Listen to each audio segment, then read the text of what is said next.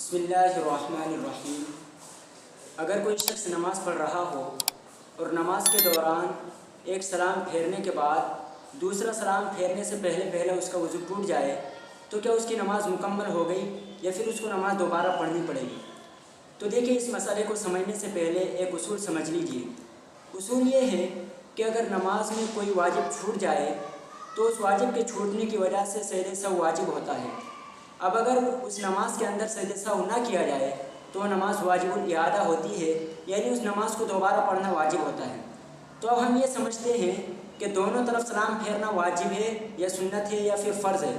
तो देखिए, मसला आपको मिलेगा किताबुल मसाइल जिल्द नंबर 1 सफ़ा नंबर 317। उसमें लिखा हुआ है कि 2 मरतबा सलाम कहकर नमाज की तकमील करना वाजिब है। तो देखिए, दोनों तरफ सलाम फेरना वाजिब है और उस शख्स ने क्योंकि एक ही तरफ सलाम फेरा है और दूसरी तरफ सलाम फेरने से पहले उसका वज़ू टूट गया, तो उस पर ज़रूरी है कि वो नमाज बिना की शराइत की रियायत करते हुए जाए और वज़ू करने के बाद आकर नमाज मुकम्मल करे। लेकिन अगर उसको बिना की शराइत मालूम ना हो तो उसके लिए ज़रूरी है कि वो नमाज असरनो पढ़े, यानी जाए वज़ू करके आने के बाद शुरू से नमाज़ पढ़े और नमाज को मुकम्मल करे।